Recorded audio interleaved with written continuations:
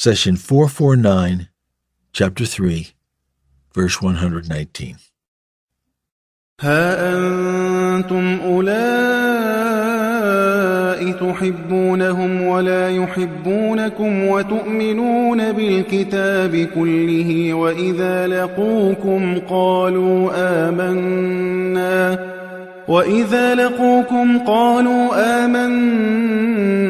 وإذا خلوا عضوا عليكم الأنامل من الغيظ قل موتوا بغيظكم إن الله عليم بذات الصدور.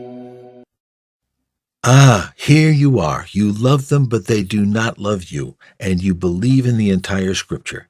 When they meet you, they say, "We believe," but when they are alone, they bite their fingertips in rage at you, say, "Die of rage."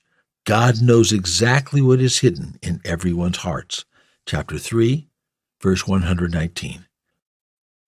Verse 118 of Al Imran ended with the phrase, "We have certainly made the signs clear for you, should you apply reason." The conversation was, and still is, about the bitana, which are the people you choose to be your close friends and confidants. Allah's warning is crystal clear. If you surround yourself with the wrong group, they will corrupt your faith. Let's examine this unfair and exhausting relationship. The believers who tasted the sweetness of faith wanted to extend the amazing experience to their close family and friends, so they worked hard to introduce them to Islam and mend their behavior. On the other hand, the disbelievers did not want faith for themselves and hated it in others, so they worked hard to pull their friends away from God's path. This gives us clues to understand the phrase, "Ah, here you are. You love them, but they do not love you." The believers loved the disbelievers as their fellow humans and wanted their friends and family to experience the comforts of faith in this world and the next. This is true love. But did the disbelievers show them love as well?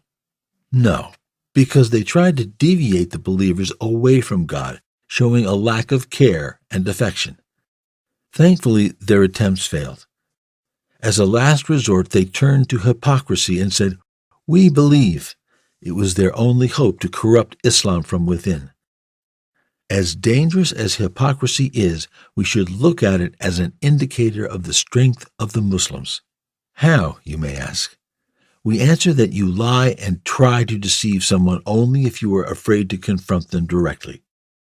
At the dawn of Islam in Mecca, there was no hypocrisy because the Muslims were few and weak.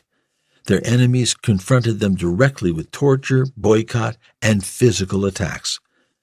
When Islam grew stronger in Medina, the enemies changed tactics and the hypocrites were born. Hence, the presence of hypocrisy in Medina was a healthy phenomenon that indicated a strengthening community. Even those with no faith started to claim it. God says, "Some of the desert Arabs around you are hypocrites, and some of the people of Medina are adamant in their hypocrisy. You do not know them, but we know them. We will punish them twice over, and then they will be returned to a terrible punishment."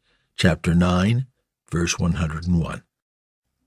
Despite the hatred in the hearts of the disbelievers, they found no alternative but to adopt hypocrisy. When they meet you, they say, "We believe," but when they are alone, they bite their fingertips in rage at you. What is biting? Linguistically, it is the meeting of the jaws over something to chew and break apart.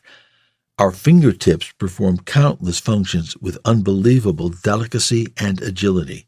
Fingertips are the most densely innervated area of the human body. Biting one's fingers can only come from an involuntary emotional state because the brain does not normally allow damaging its most important tool.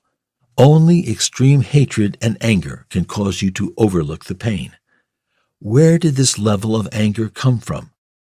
The disbelievers were infuriated because they failed to deviate the believers even a bit from their religion. Instead, the opposite was happening. The believers tirelessly invited them to the light of faith. even when the disbelievers became insiders to play the role of Bidana and damage faith from within, they failed and were loaded with anger that had no outlet. And because of this bottled up rage, they eventually lost it. God says, when they are alone, they bite their fingertips in rage at you. Since the hypocrites could not express their true feelings publicly, the only outlet available was their private meetings, where they announced their anger.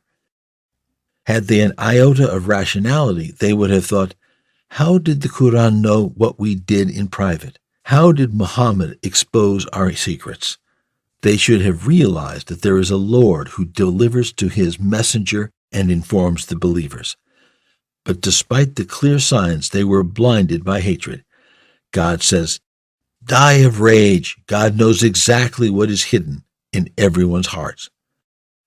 The phrase, die of rage, is a clear message that the Muslims will remain firm on their faith and the hypocrites will spend the rest of their lives in futile anger. This is also good news for the believers because Allah informs them that they are implementing their faith correctly and will remain on the straight path to paradise. God knows exactly what is hidden in everyone's hearts.